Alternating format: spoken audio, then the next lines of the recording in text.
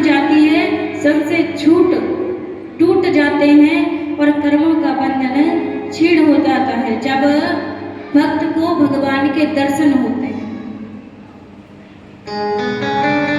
हृदय की गांठों का तात्पर्य क्या है कि भगवान पर अविश्वास, भगवान पर हमें विश्वास ना हो तो क्या है ये?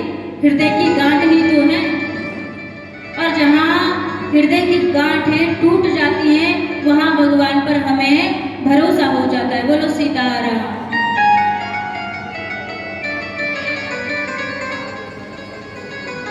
संसार तो सरकता ही रहता है, परंतु बचाते कौन है हमें? भगवान। कौन बचाते हैं? कौन बचाते हैं? प्रभु जी। जब पश्चाताप किया तो कृष्ण कृष्ण महायोगी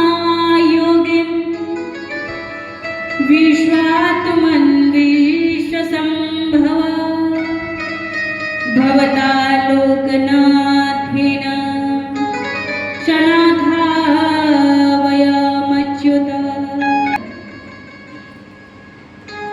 आप तो ब्रजवासियों के क्या, आप तो सभी के हितकारी हैं। जब पश्चाताप इंद्र ने किया तो उसके बाद कामधेनु ने अपने दुग्ध से और ऐरावत ने आकाश गंगा के जल से भगवान का अभिषेक किया और भगवान का नाम गोविंद रखा। बोले गोविंद भगवान की, बोले राधा रानी सरकार की, बोले व्यास नारायण भगवान की, बोले संत समाज की। आकाश गंगा के जल से, मानसी गंगा और कामधेनु के दुग्ध से अभिषेक से गोविंद कुंड, जिसमें उसमें जाते हैं तो उसका जल जब ग्रहण करते हैं तो गाय के दूध जैसा स्वाद आता है। गोविंद कुंड में भगवान प्रसन्न हो गए और भगवान ने इंद्र पर कृपा की।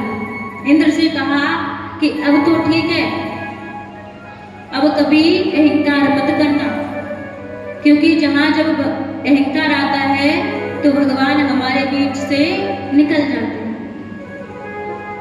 फिर भगवान हमारे पास कभी नहीं आते। और महाराज जब आगे कथा हुई तो गोपियां उस रात्रि का इंतजार कर रही थी। भगवान ने सोचा कि लीला हमें करनी चाहिए। डोलती त्रिविध पवन सुखदाई, लखित यहाँ प्रमुदित है यदुराई। तिरवंगे हैं बेनु बजाई, सुन गोपिया तुर उठ आई। भगवान ने सोचा कि अब तो हमें गोपियों की इच्छा पूरी कर देनी चाहिए। बड़ा ही सुंदर मौसम हो गया, शीतल शीतल हवाएं चल रही थी। डोलत त्रिविध पवन सुखदाई, बड़ी ही सुंदर पवन चल रही थी। लखित प्रमोदित है यदुराई। जब भगवान ने देखा कि सुहाना मौसम हो गया है, वातावरण अच्छा हो गया है, सुंदर हो गया है, सुकोमल हो गया है, पक्षी चहक रहे हैं, मोर नृत्य कर रहे हैं,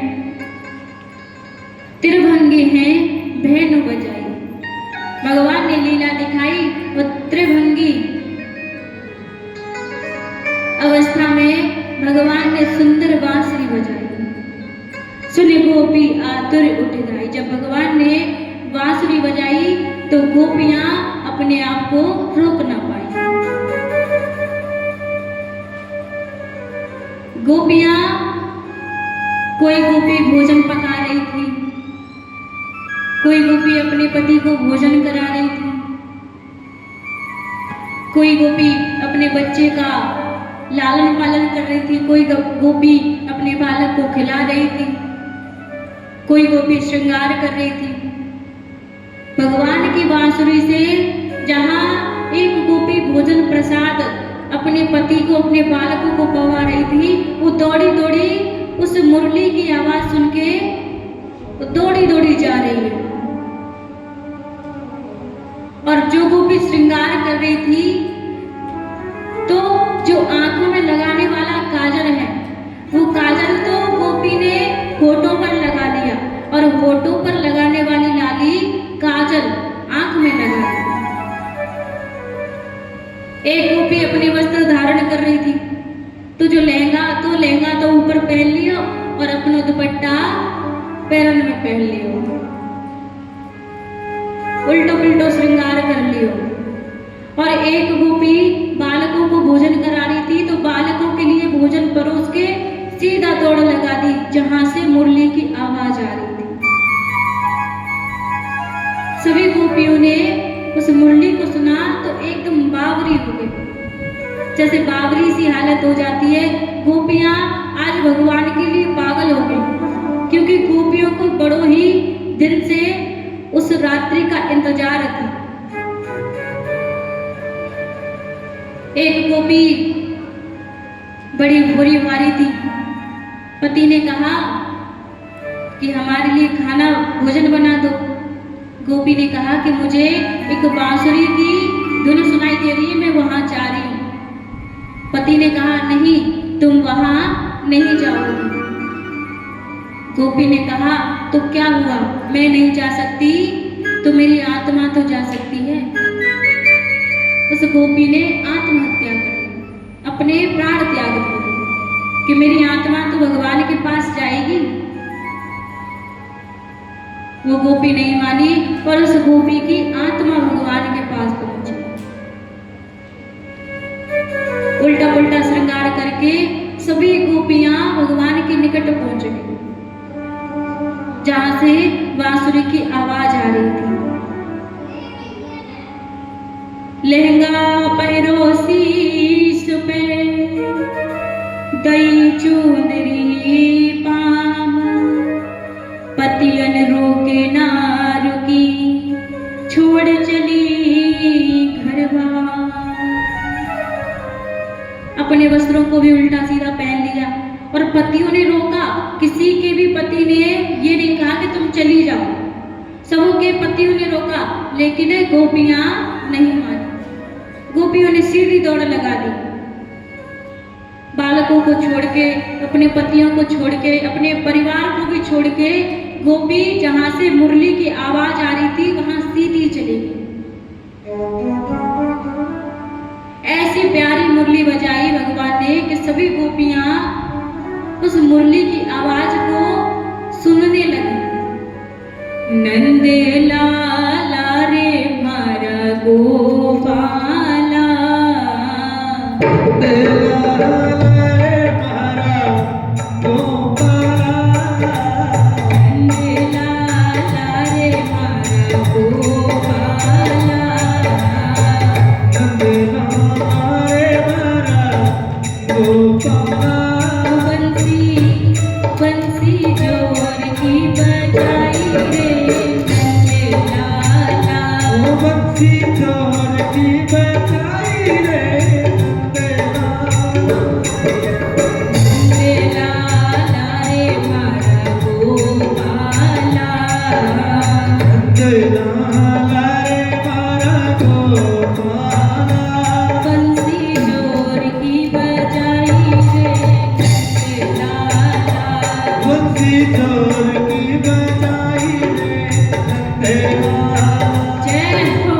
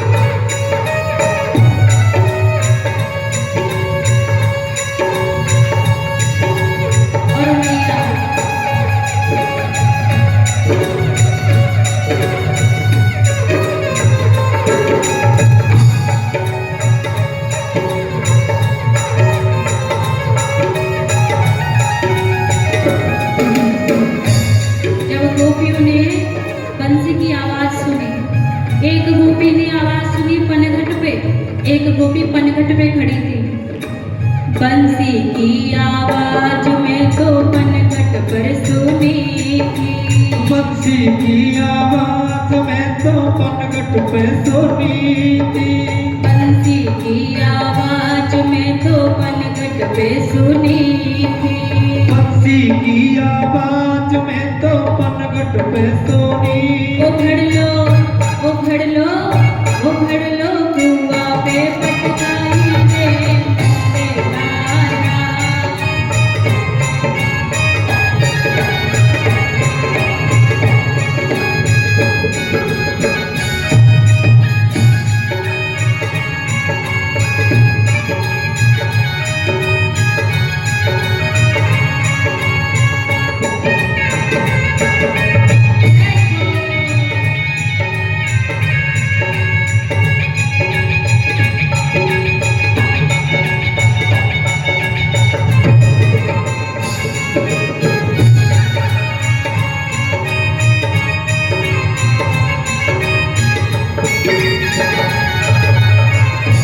और मैया एक गोपी भोजन पका रही थी चौका में बैठी बैठी।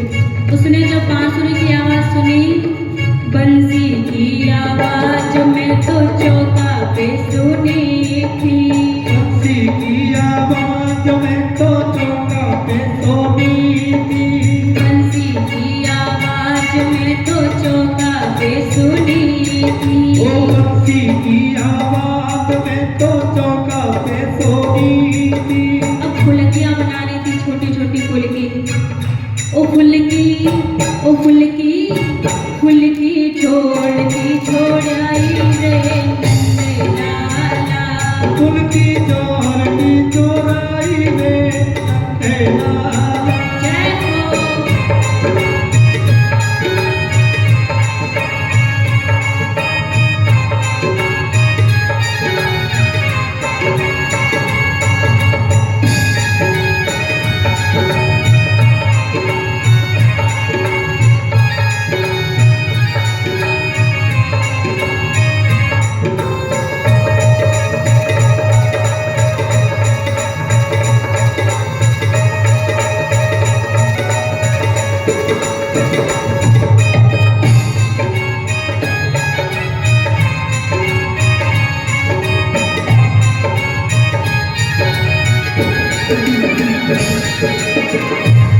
और मैया एक गोपी कहाँ बैठी पनघट पे, दूसरी गोपी कहाँ बैठी चौका में, और तीसरी तो महलों में बैठी थी। बंसी की आवाज में तो महलों में सुनी थी। ओ बंसी की आवाज में तो महलों में सुनी थी। बंसी की आवाज में तो महलों में सुनी थी। बंसी की आवाज में तो महलों में सुनी थी। जो राजस्थानी होते हैं ना मारवाड़ी, तो बालकों से वहाँ टावर कहते हैं। बालकों से क्या कहते हैं टावर। वो टावर टावर रोड तो छोड़ आई रे नंदे लाला। टावर रोड तो छोड़ आई रे नंदे लाला। नंदे लाला रे मारा गोपाला। नंदे लाला रे मारा गोपाला। अरे नंदे लाला रे मारा गोपाला। नंदे लाला रे मारा गोपाला। वो बंसी बंसी बंसी जोर की बजाई रे नंदे लाला। बंसी जोर की बजाई रे नंदे लाला। वो बंसी जोर की बजाई रे नंदे लाला।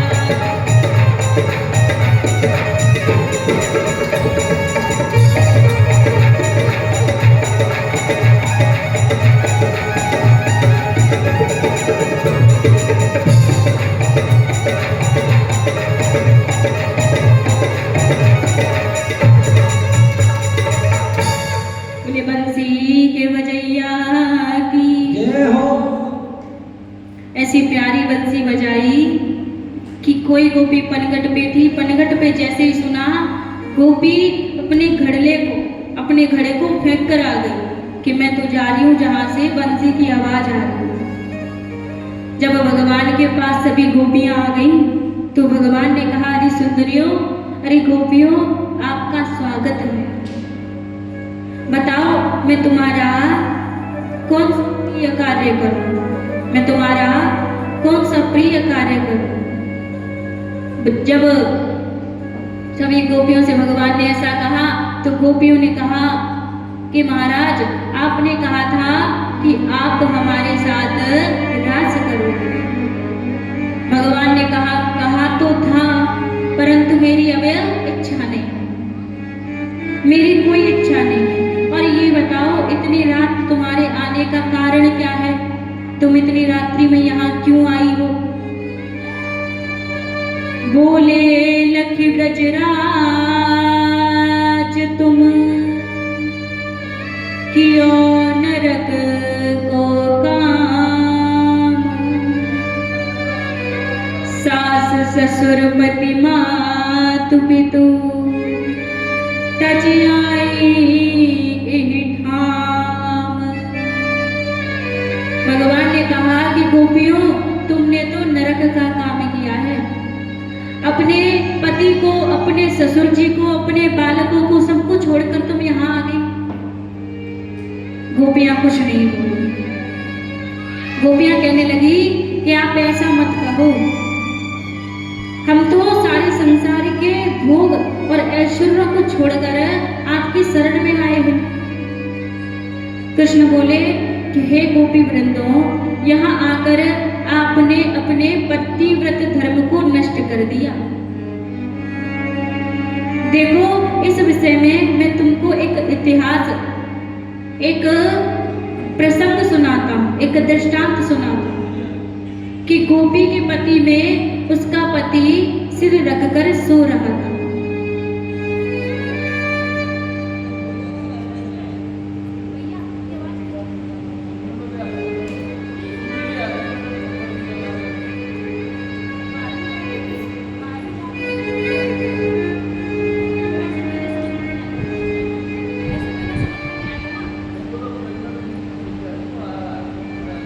आवाज साफ आ रही है आपको?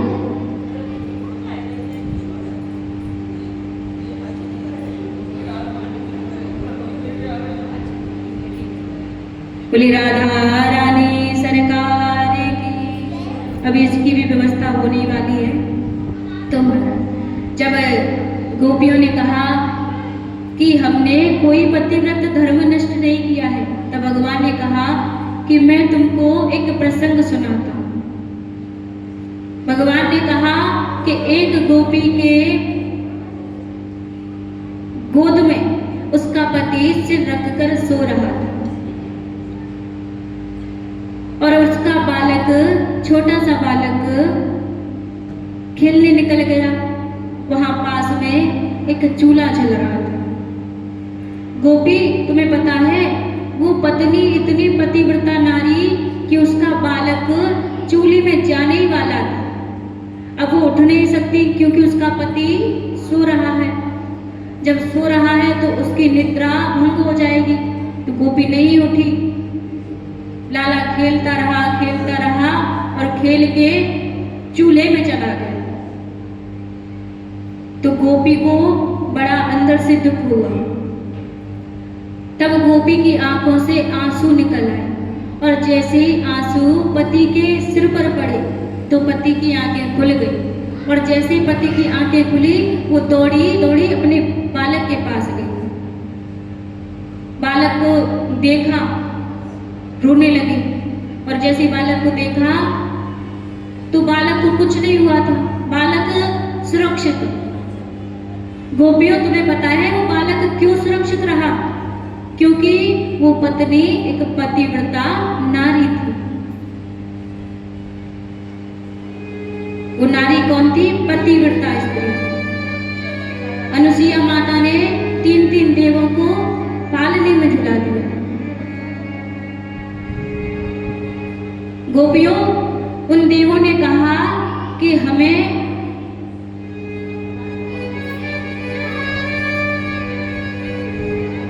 जब ये प्रसंग सुनाने वाले थे तो भगवान की गोपियों ने कहा कि अरे कृष्ण, अब आप रहने दो, हम भी आपको एक प्रसंग सुनाते हैं कि एक स्त्री थी और करवा चौथ का व्रत रखना था।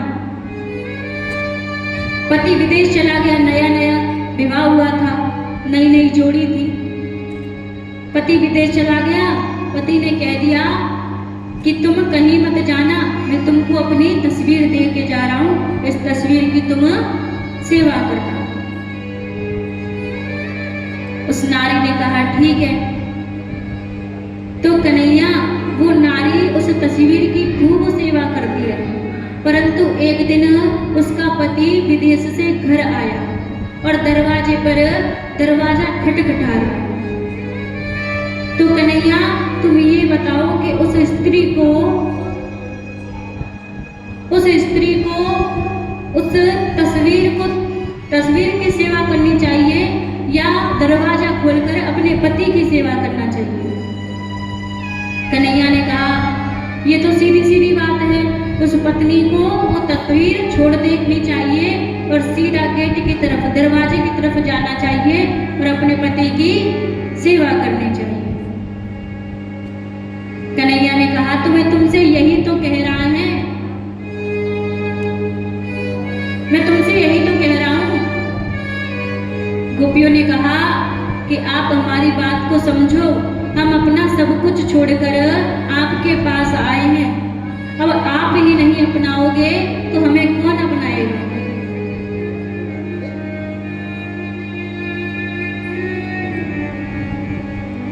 भगवान की बातें सुनी। पितु मातु सहायक स्वामी सखा,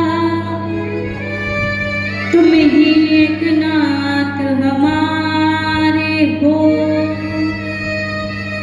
जिनके कछु और आधार नहीं, तिनके तुम ही रखवारे हो।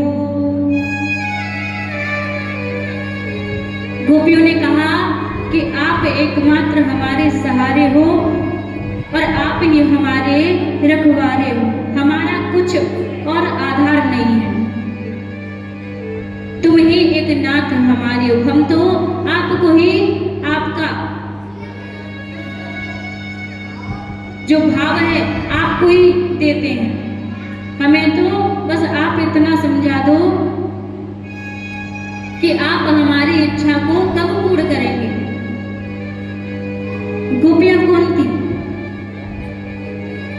जो महाराज दंडकारण्य के ऋषि ही भगवान का सानिध्य प्राप्त करने की गोपी बने थे।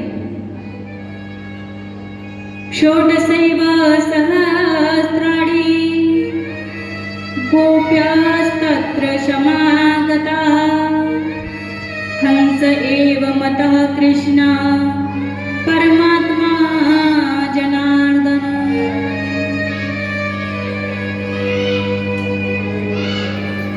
चंद्रमा भगवान के मन से पैदा थे, चंद्रमा मनसो जात। चंद्रमा की 16 कलाएं ही 16,000 गोपियां बनकर राजमंडल में आई।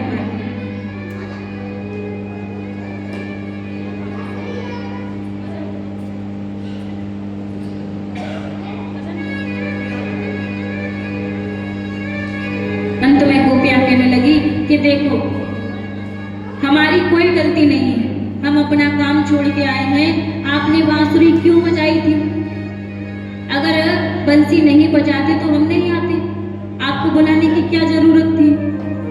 हम तो हमारा मन, हमारा तन मन धन सब कुछ मोहित हो गया आपकी बांसुरी की धुन सुन के, प्रेमाग्नि में उत्पन्न कर दी है। आप बंसी के द्वारा उत्पन्न हमारे जो पत्ताप उमड़ रहा है, प्रेम आपके लिए उमड़ रहा है, उस प्रेम को शांत करो। इसके पश्चात उनके भावों को जानकर अपना वचन याद करके